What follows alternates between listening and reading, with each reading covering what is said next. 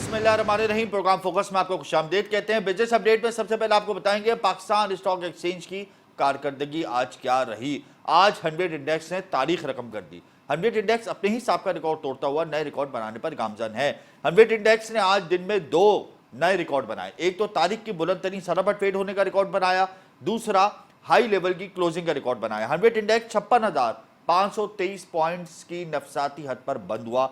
1132 point का इसमें इजाफा रिकॉर्ड किया गया। आज इंट्राडे में 100 इंडेक्स ने हाई किया 56,583 पॉइंट्स का, 1000 पॉइंट्स का, 1100 पॉइंट्स का, 1200 पॉइंट्स का इजाफा रिकॉर्ड किया गया। ट्रेडिंग के दौरान सरमायाकारों का एतमाद बहाल है, सेंटिमेंट बहुत ज़्यादा पॉजिटिव है और इकनॉमिक इंडिकेटर्स जाहिर सी बात है बेहतरी की तरफ जा रहे हैं। फिर IMF की टीम पाकिस्तान में है, मुस्बत मुज़ाकरात हो रहे हैं, इसको बहुत ज़्यादा पॉजिटिव लिया। उसके बाद फिर इंटरेस्ट रेट में कमी की खबरों ने मार्केट को प्लस कर दिया, बल्कि प्लस से सरप्लस किया और सरप्लस से रिकॉर्ड प्लस कर दिया और 100 इंडेक्स तारीख की बुलंद तरीन सतह को छू गया। 100 इंडेक्स ने तकरीबन एक माह में 6000 से ज़ायद पॉइंट्स का इजाफा किया है और 100 इंडेक्स आज फिर एक नए लेवल पर गया है और संग मील, बहुत बड़ा संग मील अबूर कर लिया है और दुनिया की बेहतरीन स्टॉक मार्केट्स में पाकिस्तान स्टॉक एक्सचेंज का नाम शामिल हो गया है। प्रोग्राम में आज इस हवाले से हम तफसीली गुफ्तगू करेंगे। इसके अलावा प्रोग्राम में मैं आपको बताऊंगा करेंसी मार्केट में डॉलर की पोजीशन फिर से मजबूत होने लगी है।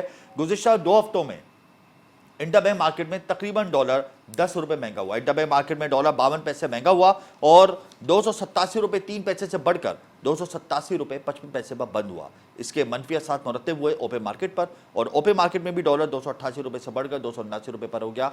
1 रुपये का इजाफा देखा गया। रिजर्व्स हमारे बेहतर नहीं हो रहे, इनफ्लोज नहीं आ रहे। अगर रिजर्व्स और इनफ्लोज आ जाते हैं तो ऑब्वियसली आइंदा आने वाले दिनों में रुपये की जो वैल्यू है वो अप्रिशिएट हो गया एज कम्पेयर टू डॉलर और वापस डॉलर 250, 255, 260 पे आ सकता है। ये कहना है एक्सचेंज कंपनीज़ का। जाहिर सी बात है इम्पोर्ट बिल की अदायगी हमारे सर पर हैं, फिर हमारे रिजर्व्स में हमने जो बायलैटरल एग्रीमेंट के तहत अपने कर्जे वापस करने हैं उनका भी एक दबाव है। तो इन्हीं तमाम पॉइंट्स को लेकर करेंसी मार्केट में डॉलर की पोजीशन मजबूत हो रही है और IMF की टीम भी यहाँ पर है तो उसका भी एक दबाव है कि आप डॉलर को मार्केट बेस करें, क्योंकि डॉलर को काफ़ी हद तक हम पीछे ले गए थे। हद तक ऐसा बिल्कुल भी नहीं है। अगर हम डॉलर को बेहतर पीछे ले जाने में कामयाब हो जाते हैं और रुपये की वैल्यू को बेहतर कर लेते हैं तो आने वाले दिनों में करेंसी मार्केट में डॉलर 255, 260 रुपये का होगा। इसके अलावा मैं आपको बताऊंगा कि मुल्क भर में सोने की कीमतों में इजाफा हो गया है। सोने की फ़ी तोला कीमत 800 रुपये बढ़ गई है। सोना 2,11,800 रुपये फ़ी तोला हो गया है। 10 ग्राम सोने की कीमत में 686 रुपये का इजाफा हुआ। इंटरनेशनल मार्केट में गोल्ड प्राइसेस इंक्रीज़ हुई हैं, इसी की वजह से पाकिस्तान में भी गोल्ड प्राइसेस इंक्रीज़ हुई हैं। और करेंसी मार्केट में डॉलर का दाम बढ़ा है तो उसका भी एक नेगेटिव इम्पैक्ट गोल्ड मार्केट में आया है। इसके अलावा प्रोग्राम में हम डिस्कस करेंगे पाकिस्तान के और IMF के मुज़ाकरात। देखिए पाकिस्तान और IMF की टीम के मुज़ाकरात का सिलसिला जारी है और मुस्बत सिम की जानिब रवा दवा है।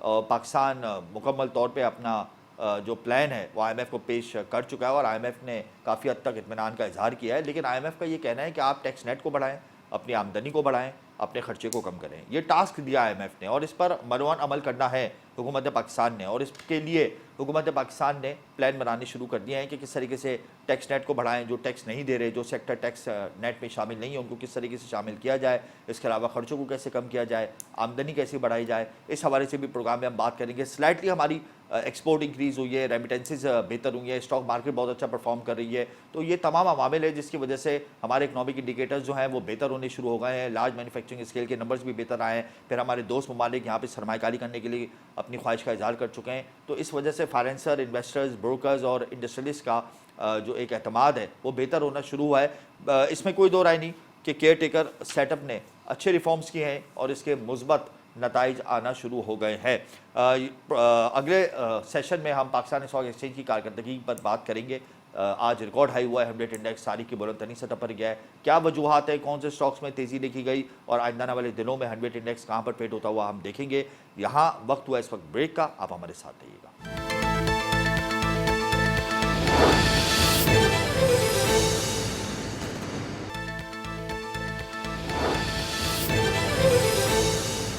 Welcome back. प्रोग्राम इस वक्त हमें ज्वाइन कर चुके हैं साबिक डायरेक्टर पाकिस्तान स्टॉक एक्सचेंज अमीन यूसुफ। आपका बहुत शुक्रिया अमीन साहब। एक महीने में 6000 से ज़ायद पॉइंट्स प्लस हो गए हैं 100 इंडेक्स में। रोज़ाना हम देख रहे हैं कि रिकॉर्ड्स बन रहे हैं, हर हफ्ते नया संगी मील अबूर कर लेता है एडमिट इंडेक्स और आज बुलंद तरीन सर पर एडमिट इंडेक्स ट्रेड हो रहा है। क्या समझते हैं, क्या वजूहत है और आइंदा वाले दिनों में स्टॉक मार्केट को कहाँ देख रहे हैं आप? देखिए, शुक्रिया शो में बुलाने के लिए। देखिए, आपने खुद बता दिया कि एक महीने में मार्केट ने अच्छा परफॉर्म किया। उसकी रीजन ये है कि बैकग्राउंड में क्या हुआ है, चीजें बेहतर हुई है, करेंसी आपकी एक लेवल पे ठीक है, अभी ऊपर नीचे थोड़ी सी हो रही है लेकिन एक स्टेबल हो गई है, स्मगलिंग आपकी रुक गई है, चीजें आपकी बेहतरी की तरफ जा रहे हैं, इंटरेस्ट रेट आपके पीक आउट कर चुके हैं। तो आने वाले दिनों में देखें, वजह ये है कि इंटरेस्ट रेट कम होंगे। आप देख रहे हैं सेक्टर्स में आज जैसे आईटी सेक्टर में भी बाइंग देखने में आई, फार्मास्यूटिकल में भी देखने में आई, जी और प्लस एक सिविल सेक्टर भी ऑब्वियसली एक जो है वो इतना परफॉर्म नहीं किया, लेकिन आने वाले दिनों में जब इंटरेस्ट रेट कम होंगे तो आप देखेंगे उसमें भी बाइंग देखने में आएगी। ओवरऑल सेंटिमेंट बेहतर हुआ है। देखिए, चीजें बेहतरी की तरफ जा रही है। जब इकोनॉमी आपकी बेहतर हो रही होती है तो स्टॉक मार्केट परफॉर्म कर रही होती है, जब वर्स्ट होती है तो चीजें नीचे की तरफ जा रही होती है। तो अब जो है एक तरह से हम कह सकते हैं कि वर्स्ट सिनेरियो जो था हमारा वो खत्म हो गया है, हम बेहतरी की तरफ जा रहे हैं। और इसका क्रेडिट इंटीरियम गवर्नमेंट को जाता है, उन्होंने काम किया, पॉलिसीज लेके आए, और जो अब मेरे ख्याल में वो पॉलिसीज बना के जाएंगे तो उसके और साइड इफेक्ट्स आप देखेंगे। जो नई गवर्नमेंट आएगी और उस पर वो चलेगी तो आप देख सकेंगे जो हम पहले एक जमाने में देखते थे 1 बिलियन का टर्नओवर देखते थे, वो भी हम इंशाल्लाह वॉल्यूम का देखेंगे आगे जाके फ्यूचर में। और इसके अलावा एक और चीज भी है जो देखने की बात है कि पोर्टफोलियो इन्वेस्टमेंट भी आपके पास आ रही है। फ्राइडे जी को आपने नंबर्स देखे, उसमें इनफ्लोज आए हैं, तो ये अच्छी चीज है कि इसका मतलब है कि फॉरेनर भी मार्केट को देख रहा है और उसको लग रहा है कि रिटर्न्स हैं, कैपिटल गेन है, डिविडेंड यील्ड है, कंपनीज परफॉर्म कर रही हैं। एक तो ये कि अगर आप पास में चले जाएं तो थोड़ा डॉलराइजेशन पे आप चले गए थे, सेंटिमेंट बहुत ज्यादा नेगेटिव हो गया था। जी लोग कह रहे थे कि सब कुछ खत्म हो गया, ऐसी कोई बात नहीं, इतनी बड़ी इकोनॉमी है। अगर आप पूरी इकोनॉमी को देखें तो आपकी ज्यादातर अगर 50% इकोनॉमी तो आपकी अनडॉक्यूमेंटेड है, तभी आपकी इकोनॉमी चल रही है। दूसरी साइड में हम कहते हैं कि हमारा ग्रोथ रेट, लेकिन अब डॉक्यूमेंटेड और अनडॉक्यूमेंटेड को आप मिलाते हैं तो जी आपकी इकोनॉमी चल रही है। गुज़िश्ता जी जी महीनों में देखा था कि स्टॉक एक्सचेंज से लोग बोरिया बिस्सा बन के जा रहे थे, कारोबार बिल्कुल ना होने के बराबर हो गया था, ब्रोकर्स बहुत ज़्यादा मायूस थे। अब हम देख रहे हैं कि सेंटिमेंट बहुत ज़्यादा हाई है, तो क्या एक्टिव क्लाइंटेल का जो रेशो है वो इंक्रीज़ हुआ है? देखिए, अगर देखा जाए तो वो बात तो नहीं है जो पहले होता था ऑब्वियसली, लेकिन लोग एक्टिव तो हुए हैं, क्लाइंट्स तो आना शुरू किया है, काम कर रहे हैं। लेकिन वही बात करें कि अगर फिर कंपैरिजन करें, हम दूसरी मार्केट से रिफॉर्म्स यहाँ लेके आ जाते हैं, जी हम दूसरी मार्केट्स के डायनामिक्स नहीं देखते कि वहाँ क्लाइंटेल क्या है, वहाँ कितने लोग काम करते हैं, पॉपुलेशन का कितना परसेंटेज स्टॉक एक्सचेंज में इन्वेस्टमेंट करता है। अलमिया ये है कि हमारे पास वो फिगर्स नहीं है, नंबर्स नहीं है। हमने कोशिश ही नहीं की कि हम इन्वेस्टर्स को कैसे बढ़ाएं, लोगों को एजुकेट करें कि भाई स्टॉक मार्केट में भी रह के आप पैसा बना सकते हैं। ऐसी बात नहीं है। रिस्क तो देखें इस मार्केट में है, स्टॉक मार्केट में, दुनिया भर के मार्केटों में रिस्क है। उसकी रीजन मैं आपको बता दूं। देखें, एक सेक्टर है जिसमें अगर कोई पॉलिसीज चेंज हो जाती है, गवर्नमेंट की टैक्सेशन लग जाता है, तो ऑब्वियसली वो सेक्टर इफेक्ट करता है, और उसी सेक्टर में किसी इन्वेस्टर ने इन्वेस्टमेंट किया तो उससे वो इफेक्ट हो सकता है। तो रिस्क एंड रिवॉर्ड तो है। स्टॉक मार्केट में ज्यादातर रिस्की इन्वेस्टमेंट है, लेकिन आप रिवॉर्ड्स भी हैं। अगर आप सही तरीके से इन्वेस्टमेंट्स कर रहे हैं, अपनी नॉलेज पूरी इस्तेमाल करके, कंपनी के फाइनेंशियल्स देख के, उसकी 5 साल का ट्रैक रिकॉर्ड देख के, उसके डिविडेंड यील्ड देख के, तो आप पैसा बना सकते हैं। मेन बात है हमें एजुकेट करने की जरूरत है, और वो जी ये हो सकता है कि बैंक्स और ब्रोकरेज हाउस मिल के अगर बैंक्स में कोई अकाउंट खोलता है, तो दुनिया भर में ये होता है, ज्यादातर का ममालिक में ये होता है कि इक्विटी अकाउंट भी आपका खुल जाता है, अगर आप चाहें तो खोल सकते हैं। तो इस किस्म के आपको रिफॉर्म्स लाने पड़ेंगे। अगर आप साइज ऑफ इन्वेस्टर्स बढ़ाना चाह रहे हैं, रिटेल में भी आप बढ़ा सकते हैं, एजुकेट कर रहे हैं लोगों को। मीडिया तो अपना किरदार अदा कर रहा है, लेकिन हमें सब ने मिलकर कलेक्टिव एफर्ट करनी है। अच्छा, सस्पेंडेड कंपनीज जो हैं उनके शेयर्स के हवाले से क्या अपडेट है? इतनी मार्केट हाई हो गई तो सस्पेंडेड कंपनीज के जो शेयर होल्डर्स ने रखे हुए उनकी क्या परफॉर्मेंस रही? देखिए, ये भी एक अलमिया है कि जो कंपनीज यहाँ पे एक्सचेंज के रिफॉर्म्स, एक्सचेंज की कंप्लायंसेस पूरी नहीं करती लिस्टिंग के रेगुलेशंस के हिसाब से, अगर वो डिविडेंड नहीं देती, पे आउट नहीं देती, अकाउंट्स नहीं देती, तो वो उनको सस्पेंड कर दिया जाता है। लेकिन उसके साथ उनकी ट्रेडिंग भी सस्पेंड हो जाती है। तो उससे इम्पैक्ट ये होता है कि जो इन्वेस्टर अगर उसमें उसकी पोजीशन होती है तो वो शेयर्स बेच नहीं सकता है। तो उसमें होना ही चाहिए कि ट्रेडिंग सस्पेंड नहीं होनी चाहिए, इन्वेस्टर को कम से कम बेल आउट होना चाहिए। और मैं ये कहूंगा, इवन जो कंपनीज डिफॉल्टिंग काउंटर में पड़ी हुई इतने अरसे से, उस पर काम करने की जरूरत है कि वो कंपनीज अगर सस्पेंडेड में हैं और कोई एक्शन नहीं ले रही है, या तो फिर उसको वाइंडिंग अप में जाए। और इन्वेस्टर जो है, हम इन्वेस्टर की हमेशा से बात कर रहे होते हैं कि इन्वेस्टर को हम प्रोटेक्शन दें, तो इन्वेस्टर यहाँ भी तो फंसा हुआ है।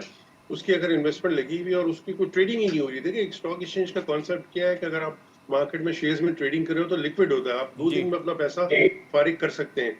तो उसका मतलब है वो कॉन्सेप्ट ही लिक्विड हो गया। अगर आप किसी कंपनी का सस्पेंडेड उसकी ट्रेडिंग कर दी, उसमें काम नहीं हो रहा है, तो मतलब शेयर होल्डर तो उसका कॉन्सेप्ट तो शेयर्स का खत्म हो गया, वो तो इलिक्विड हो गया। अच्छा अमीन साहब ये बताएं कि कैपिटलाइजेशन हमारी अप्रोक्सीमेटली $30 बिलियन की है इस वक्त। एक वक्त था कि हमारी कैपिटलाइजेशन $100 बिलियन के करीब थी। तो आप समझते हैं कि मार्केट में अभी भी स्पेस मौजूद है? देखिए बिल्कुल स्पेस मौजूद है। अगर आप उस नंबर्स को कंपैरिजन करते हैं तो वहाँ ₹104 का डॉलर था, जी ठीक है, 100 बिलियन पे थे। अभी आपका डॉलर आप देख ले, 295, 280, $90 का अगर है जी इंटरबैंक में, तो आप गैप देख लेना। अगर रुपी टर्म में आप कन्वर्ट करते हैं तो आप तो वहीं खड़े हुए हैं, लेकिन डॉलर टर्म में अगर कन्वर्ट करें, क्योंकि आपकी करेंसी वीक हो गई, नो डाउट मार्केट में पोटेंशियल है। उसमें एक और चीज भी हमें नहीं भूलनी चाहिए कि मार्केट कैपिटलाइजेशन की जब हम बात करते हैं तो गवर्नमेंट ऑफ पाकिस्तान सबसे बड़ा बेनिफिशियरी है। उसकी कंपनी जितनी गवर्नमेंट के लिस्टेड है, उनकी मार्केट कैपिटलाइजेशन भी काफी है। तो अगर देखें मार्केट कैपिटलाइजेशन कम होती है तो गवर्नमेंट को भी नुकसान है, एक तरह से टेम्पररी। रियलाइज तो नहीं है, तो अनरियलाइज हम कहते हैं, हम कंपैरिजन करते हैं कि मार्केट कैपिटलाइजेशन कम हो गई तो उसका इम्पैक्ट गवर्नमेंट की कंपनीज अगर लिस्टेड है, अगर वो नीचे जाती है तो उन पर भी इम्पैक्ट आता है। मॉनेटरी टर्म्स में नहीं आता। हम बात कर रहे होते हैं कि भाई इतना टर्म्स में ये हो गई मार्केट कैपिटलाइजेशन, नंबर्स हम दे रहे होते हैं, तो जी ये भी बात है। और प्लस देखें, जिस तरह से अगर मार्केट बेहतर होती है तो यही टाइम है कि प्राइवेटाइजेशन के प्रोसेस को है ना फास्ट ट्रैक पे लेके आके, अब जो भी आपको कंपनीज को प्राइवेटाइज करना है तो उसको मेरे ख्याल में कर लेना चाहिए। अमीन साहब 100 इंडेक्स को कहाँ देख रहे हैं मुस्तकबिल में? देखिए इंडेक्स का लेवल बताना तो बहुत मुश्किल है, लेकिन लग रहा है कि अगर चीजें बेहतर रहती हैं, ऑयल की प्राइसेस अगर इंटरनेशनल नीचे रहती हैं, तो आपकी इकोनॉमी में कोई मसला नहीं है। देखिए आपके जब IMF हो जाएगा, आपको 700 मिलियन मिल जाएंगे, तो आपको दूसरे दरवाजे भी खुल जाएंगे, बायोइलेक्ट्रल एजेंसी से भी आपकी चीजें मसले हल हो जाएंगे, और आपके रीस्केजुलिंग की भी चीजें हो जाएंगी। देखिए IMF अगर आपके साथ है तो आपको एक स्टेम लग जाता है कि ओके, तो इसका जी मतलब है पाकिस्तान में आगे जो प्रॉब्लम्स हैं रिजर्व्स के, वो मेरे ख्याल में काफी हद तक मसले हल हो जाएंगे। एक चीज जो है, पोर्टफोलियो इन्वेस्टमेंट के साथ साथ एफडीआई पे हमें काम करने की जरूरत है। जैसे SIFC में हम काम कर रहे हैं कि कोशिश पूरी है कि उसके थ्रू मतलब आपके पास रिजर्व्स आ जाए, एफडीआई में पैसा आ जाए। अगर वो आ जाता है तो देखिए फिर आप देख सकते हैं आने वाले दिनों में जो आपका रुपया और स्ट्रांग हो सकता है। लेकिन एक बिल्कुल दूसरी साइड पे चले जाए, अगर आपका रुपये बहुत ज्यादा स्ट्रांग हो जाएगा तो इससे एक्सपोर्ट्स भी हर्ट होंगी। तो एक बैलेंस एक लेवल पे हो जिससे एक्सपोर्टर भी हर्ट नहीं हो और इकोनॉमी भी चले। बिल्कुल अमीन साहब आप हमारे साथ ही रहिएगा। यहाँ वक्त तो ब्रेक का, ब्रेक के बाद हम कंटिन्यू करेंगे स्टॉक मार्केट के डिस्कशन को।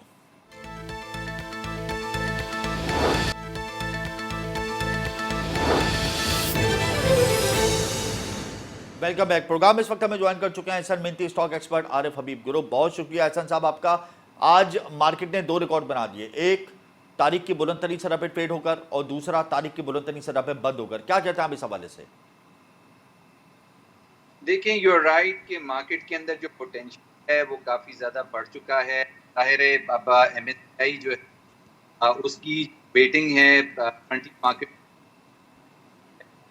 वो पाकिस्तान का वेटेज बढ़ेगा। ये नवंबर 14 को ये अनाउंसमेंट होगा।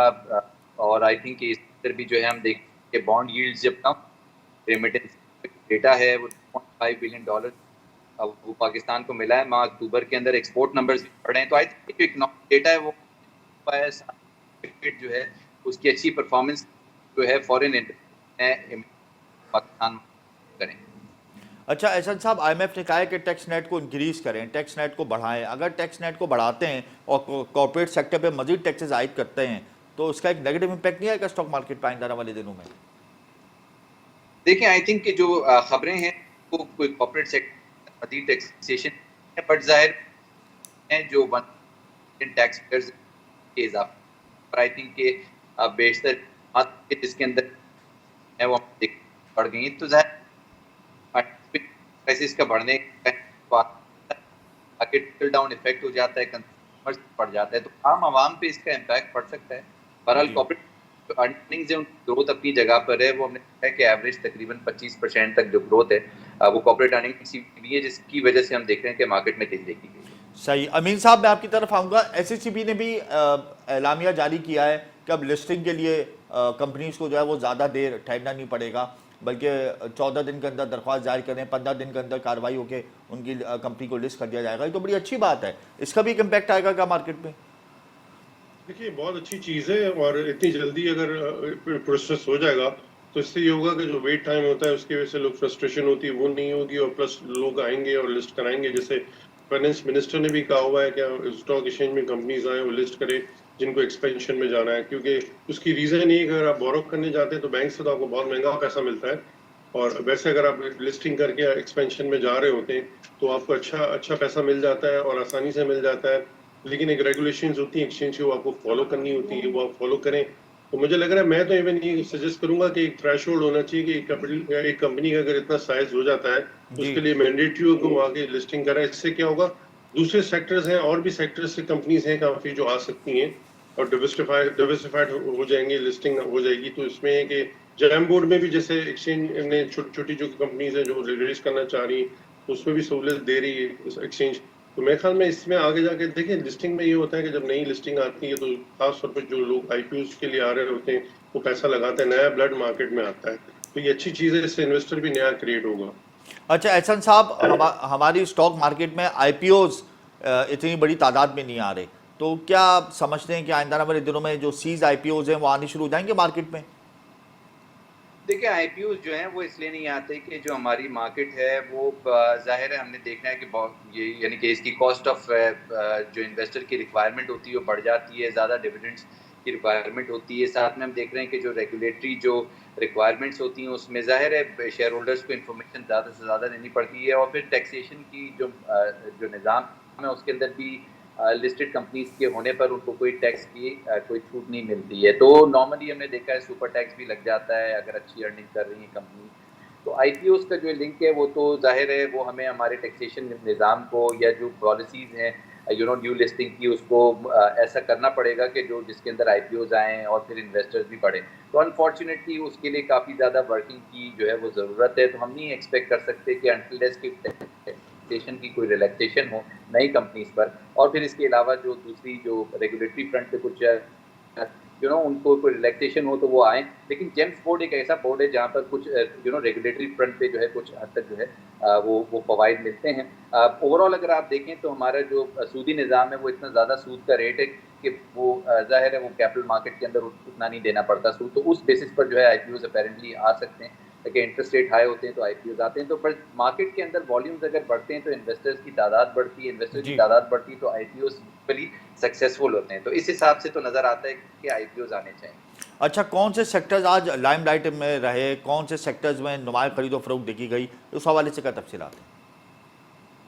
देखिए अक्रॉस द बोर्ड इस वक्त बाइंग एक्टिविटी इसलिए भी चल रही है कि प्राइवेटाइजेशन की मद के अंदर गवर्नमेंट की काफ़ी ज़्यादा एफर्ट्स हो रही हैं। एसआईएफसी कि अगर हम मद में देखें तो इनिशिएटिव्स उसके इतने ज़्यादा लिए जा रहे हैं कि अभी कोई 70-75 बिलियन डॉलर की जो है इसके एक्सपोजर जो है वो एक्सपेक्टेड हैं, और जाहिर है ये ऑयल सेक्टर के अंदर आएगा। तो हमें तो ओवरऑल अक्रॉस द बोर्ड जो है जो गवर्नमेंट की एफर्ट्स की जा रही हैं, नई गवर्नमेंट जो है रेमिटेंसेस का जिस तरह से डेटा इंप्रूव हो रहा है तो वो सारी रेमिटेंसेस अक्रॉस द बोर्ड जहाँ पर वैल्यूएशन स्ट्रॉन्ग मिलती हैं। तो पावर सेक्टर के अंदर रिफॉर्म्स हैं, गैस सर्कुलर डेट क्राइसिस है उसके अंदर रिफॉर्म्स काफ़ी ज़्यादा जो है वो कर लिए गए हैं। तो तमाम सेक्टर्स जो हैं जहाँ पर अंडर वैल्यूएशन थी तो वहाँ पर जो है वो अब हम देख रहे हैं कि गाड़ियों की भी जो है वो डेटा जो है कार सेल्स का डेटा इंप्रूव हो रहा है। जो इससे पहले जो है काफ़ी ज़्यादा उससे हमें इम्पैक्ट आ रहा था डॉलर की अनअवेलेबिलिटी की वजह से, अब डॉलर अवेलेबल है, रुपी स्ट्रॉन्ग हो रहा था। तो इस वजह से हम देख रहे हैं कि बहुत ज़्यादा जो है उन सेक्टर्स के अंदर भी इन्वेस्टमेंट आ रही है कि जहाँ पर बीच में एक सिचुएशन चोक लाइक सिचुएशन। अमीन साहब, मैं आपसे ये पूछूंगा कि सिक्योरिटी रीजंस की वजह से आप समझते हैं कि आने वाले दिनों में मार्केट डिस्टर्ब हो सकती है, क्योंकि सिक्योरिटी चैलेंजेस का सामना तो हमें है बहरहाल? देखिए एज सच को इतना इम्पैक्ट नहीं आएगा। देखिए अभी जो सारी चीज़ें चल रही हैं इकोनॉमी के बेस पे चल रही हैं, अगर बहुत ज़्यादा एग्रीगेट हो लेकिन उसका इतना इम्पैक्ट मार्केट नहीं लेगी। देखिए उसको एब्जॉर्ब भी अगर होता भी तो एब्जॉर्ब कर जाएगी। फंडामेंटल्स पे चल रही है, इकोनॉमी चल रही है, आपकी चीज़ें बेहतर हो रही हैं। जब चीज़ें बेहतर होती हैं और लोअर इंटरेस्ट रेट जाते हैं तो ऑब्वियसली स्टॉक मार्केट दुनिया भर में अगर लोअर इंटरेस्ट रेट ऊपर जा रही होती है क्योंकि लोग अपना पैसा फिक्स से डाइवर्ट कर रहे होते हैं, यहाँ पे आ रहे होते हैं, उनको रिटर्न्स नजर आ रहे होते हैं। तो और प्लस एक चीज़ जो हमने लिस्टिंग और नॉन लिस्टिंग की बात की थी, अगर एक चीज हो सकती है कि अगर लिस्टिंग जो कंपनीज कराती हैं उनका टैक्स रेट में अगर उनको बेनिफिट दिया जाए और नॉन लिस्टिंग है तो उससे क्या होगा कि लिस्टिंग बढ़ सकती है। आपको इंसेंटिव देना पड़ेगा और जो कंपनी आगे स्टॉक एक्सचेंज में लिस्ट करा रही है अगर उसको इंसेंटिव नहीं मिलेगा तो वो क्यों आएगी। अच्छा मेहनती साहब, ये बताएं कि आप 100 इंडेक्स को फ्यूचर में कहाँ देख रहे हैं? मार्केट तो इस वक्त रिकॉर्ड तेज है, और क्या इस पे आने वाले दिनों में मजीद तेजी देखी जाएगी या भी करेक्शन ड्यू होगी इस पर? जो है ना वो रिकॉर्ड हाई वॉल्यूम्स हैं। इंडेक्स तो जाहिर है आप देख रहे हैं उसको, बट वॉल्यूम्स इंडिकेट करते हैं कि अभी मार्केट में 3 से 4,000 पॉइंट, यानी कि वी कैन एक्सपेक्ट 60,000 जो है वो इस रैली के अंदर देखा जा सकता है। और उसकी वजह मैंने आपको बताया कि आने वाले वक्तों के अंदर इंटरेस्ट रेट जो है उसके अंदर कमी इन्वेस्टर एक्सपेक्ट कर रहे हैं। IMF के $700 मिलियन तक रिलीज होना एक्सपेक्ट कर रहे हैं। नेक्स्ट मंथ $600 मिलियन तक हमें चाइना से मिल जाएंगे। तो FX रिजर्व जो पाकिस्तान के हैं वो बढ़ते हुए हमें नजर आ रहे हैं। तो ऐसी सिचुएशन के अंदर के जहां पर हम एक्सपेक्ट कर रहे हैं कि SIFC की मद में कोई $75 बिलियन तक कमिटमेंट होगा, तो ये ओवरऑल जो हमारा इकोनॉमिक नंबर्स हैं वो काफ़ी इम्प्रूव हो चुके हैं। एक्सपोर्ट बढ़ रही है, रेमिटेंसेस बढ़ रही हैं, फिर जिस तरह से इंटरेस्ट रेट कम हो रहे हैं, तो ये तो जो है मतलब sky is the limit. Market के अंदर काफ़ी ज़्यादा जो है बुलिश ट्रेंड इस वक्त मौजूद है, जो मार्केट को एटलीस्ट 5 से 6,000 पॉइंट यहाँ से तेज कर सकता है। अच्छा, ये बताइएगा एहसन साहब के नेक्स्ट ईयर हमने बड़ी पैमाने पर पेमेंट्स देनी है कर्जों की मद में, तो इस हवाले से क्या आपका वो है एक क्या गुमान है कि क्या मार्केट इससे नीचे जा सकती है या मार्केट की जो पोजीशन है वो शेक हो सकती है? देखिए, इस वक्त हम IMF प्रोग्राम के अंदर हैं, और जिस तरह से मैं दोबारा से ये बात करूंगा कि SIFC की जो कमिटमेंट्स हैं, जिसमें हमारे जो पार्टनर्स हैं, कतर है, तो UAE है, सऊदीया है, आई थिंक कि वहाँ से रिफाइनरीज के भी जो कमिटमेंट्स हैं वो सारे कमिटमेंट्स IMF ने भी लेने हैं कि वो सही तरीके से जो है उसको डॉक्यूमेंट कर सकें। आई थिंक ये ऐसी सिचुएशन होगी कि जहाँ पर हमें हमारे जो डेट रीपेमेंट्स है वो कोई इशू नहीं बनेगा अगर हम SIFC को जो है वो अच्छी तरीके से उसको इम्प्लीमेंट कर लें। तो आई थिंक ये एक बहुत बड़ा चैलेंज होगा। फिर दूसरी बात, फिस्कल डेफिसिट को मेंटेन करना एक लेवल पर, वो भी एक बहुत बड़ा चैलेंज होगा।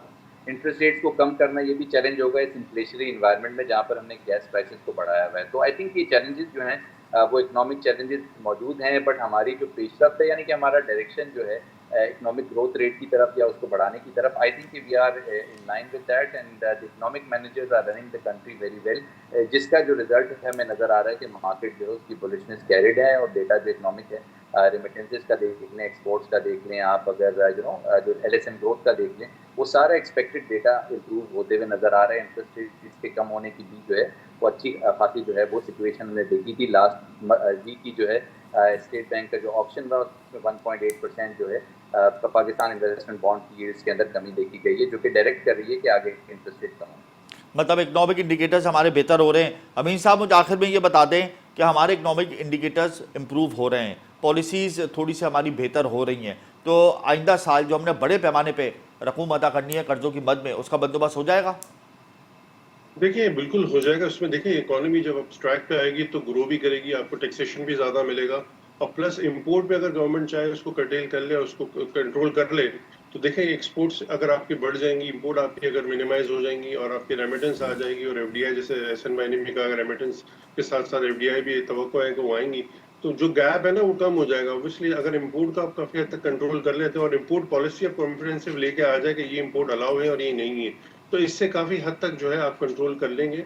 और चीजें जब देखें, मैंने जैसे पहले बताया, इकोनॉमी ग्रो करेंगी तो टैक्सेशन भी आपको ज्यादा मिलेगा, और प्रॉपर जो टैक्स नेट में जो नहीं है सेक्टर, उनको अगर आप लेके आए, वहां से अगर आपका टैक्सेशन आ जाए तो काफी चीजें बेहतर है। उम्मीद है कि आप जो है कमिटमेंट्स पाकिस्तान पूरी कर लेगा, और IMF के साथ है प्रोग्राम, तो मुझे नहीं लगता कोई मसला होगा।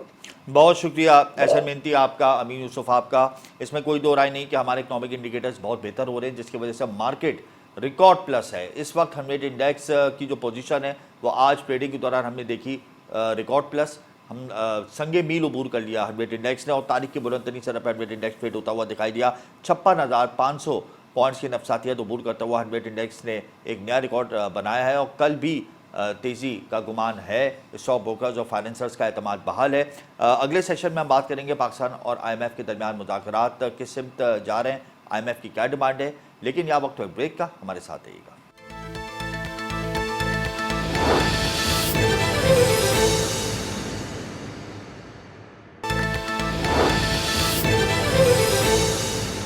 Welcome back. प्रोग्राम में इस वक्त हमें ज्वाइन कर चुके हैं डॉक्टर शाहिर हसन सिद्दीकी, मौसी तज्जियाकार है। आपका बहुत शुक्रिया डॉक्टर साहब। हमारे इकोनॉमिक इंडिकेटर्स थोड़े से बेहतर हुए हैं, इम्प्रूव हुए हैं। निगरान हुकूमत ने थोड़ी सी अच्छी कोशिश की, और फिर उसके हम समरात देख रहे हैं। स्मगलिंग नेटवर्क भी टूट गया, स्पेकुलेशन नेटवर्क भी टूट गया, फिर रेमिटेंसेस भी बेहतर हुई। उसके अलावा हमारे रिजर्व्स थोड़े से स्लाइटली इंक्रीज हुए, एक्सपोर्ट हमारी बेहतर हुई, लार्ज मैन्युफैक्चरिंग स्केल के नंबर्स हमारे थोड़े बेहतर हो गए, स्टॉक मार्केट रिकॉर्ड सतह पे चली गई। वो एक अलग बात है कि करेंसी मार्केट में डॉलर फिर से मजबूत हो गया। इन तमाम पॉइंट्स को अगर हम यकजा कर लें तो आप समझते हैं कि हमारी बेहतरी शुरू हो गई है, मुआशी बेहतरी का आगाज़ हो गया है? बहुत शुक्रिया। देखिए, सूरत हाल ये है कि पाकिस्तान की मईशत को जिस बुरी तरह तबाह बर्बाद किया जा चुका था, जी और जो सूरत हाल निगरान हुकूमत को मिली थी, वो इतनी तबाहकुन थी कि ये समझना कि चंद इंडिकेटर्स हेयर एंड देयर अगर पूरे हो जाते हैं जी तो वो बेहतरी की तरफ चला गया, मेरे ख्याल से ये बात सही नहीं होगी। ये बात आपकी सही है।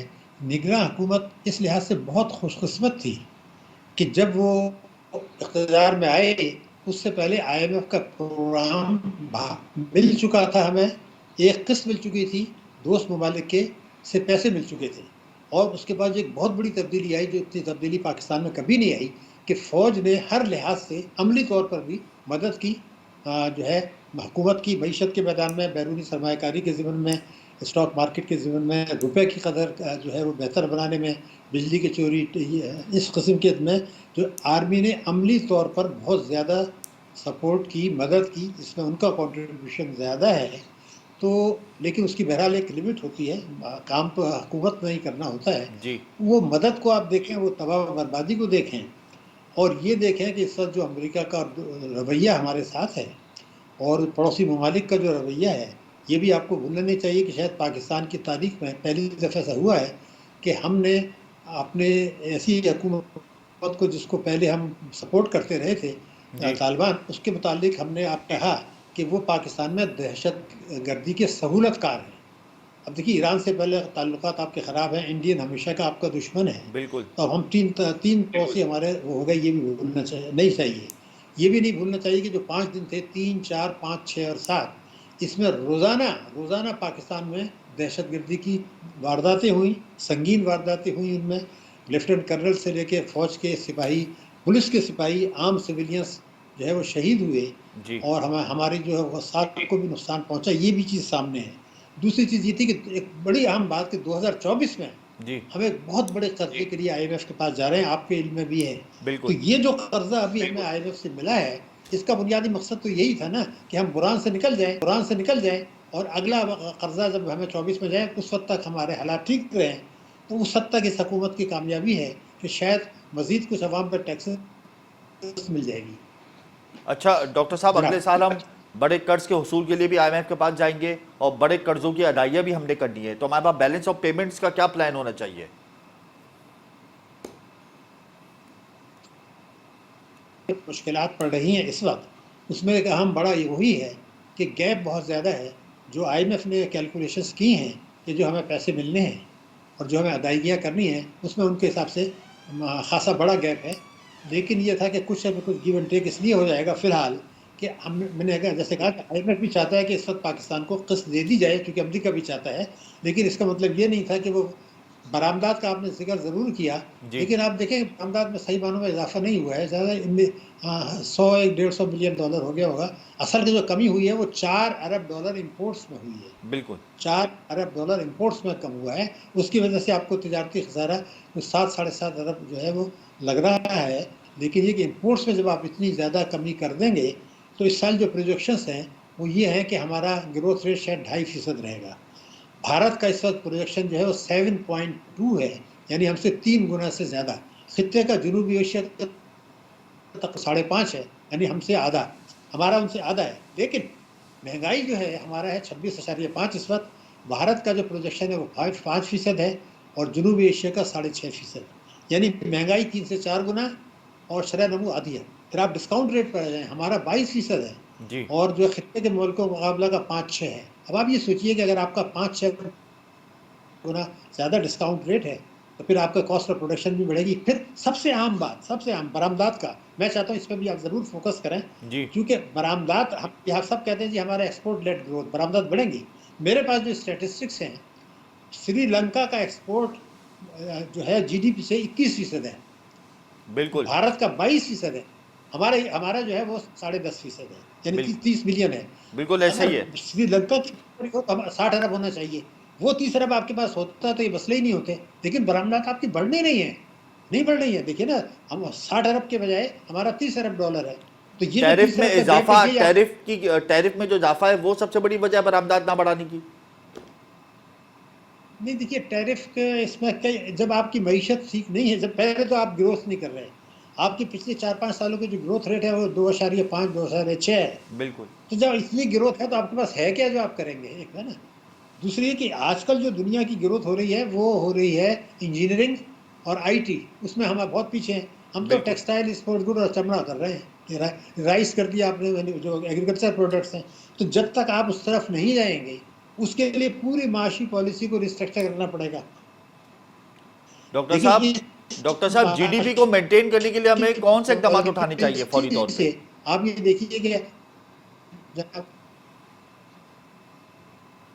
की बात यह है, अगर आपने हमको उड़ाना है तो उसमें आपको साथ नहीं होंगी। पहली बात यह है, दुनिया का मुसल्लमा कानून है कि आपका टैक्स जीडीपी रेशो कम से कम 20% होना चाहिए। हमारा हमारा 8 से इस 9% वक्त पे। 9% है, यानी आज 9% रख लेते हैं फिलहाल, होना चाहिए 20%। जी। तो ये 7-8 हजार अरब रुपए आप कम वसूल कर रहे हैं। जब आपको ये पैसा नहीं मिलता है तो आप बिजली गैस के नर्ख बढ़ाते हैं, तरक्याती अखराजात में कटौती करते हैं, और प्रोजेक्ट शुरू नहीं करते। तो फिर आपका आप जो है तालीम में नहीं देते, वोकेशनल ट्रेनिंग में खर्चा नहीं करते, तो आपकी ग्रोथ रेट तो नीचे रहेगी। डिस्काउंट रेट आपका बहुत ज़्यादा है, वो भी वजह है आपकी। करप्शन भी बहुत ज़्यादा है, महंगाई की शरह भी बहुत ज़्यादा है। तो जब आपका इस तरफ तवज्जो ही नहीं है, तो अगर 6% से कम है तो आपका ना गुर्बत कम होगी ना बेरोजगारी कम होगी। बिल्कुल बिल्कुल। सीधा सीधा मोटा हिसाब है, वो तो नहीं है हमारा। हमने उस वक्त कहा था, आपको भी याद होगा कि जिस वक्त सीपैक आया था तो हमने कहा था जिससे 2% हमारी ग्रोथ रेट बढ़ जाएगी। जी। कहा था। अब 25 अरब डॉलर का इन्वेस्टमेंट तो आ गया ना। अब आपका ग्रोथ रेट 3-4 सालों का 2.5% है, तो क्या सिर तो कहाँ बढ़ी 2%? वो तो पहले भी 4.7 था।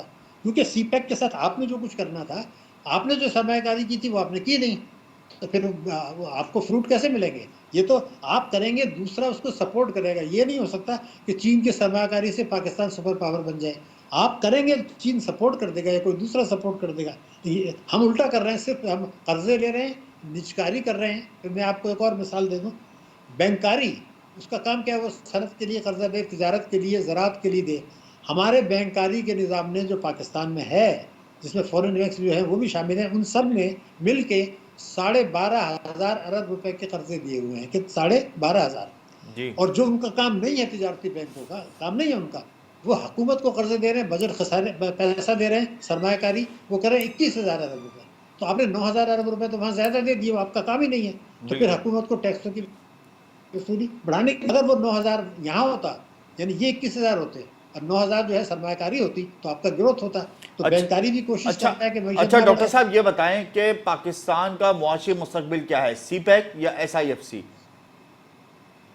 दोनों नहीं है। पाकिस्तान का सियासी मुस्तकबिल है, नंबर 1, टैक्सों की वसूली, टैक्सों के मुनसफाना निज़ाम के ज़रिए बढ़ाना, टैक्सों की चोरी रोकना, मईशत को बनाना, काले धन को सफ़ेद होने से रोकना, और प्रॉपर्टी की मालियत जो 20 करोड़ की है वो 20 करोड़ ही रखें।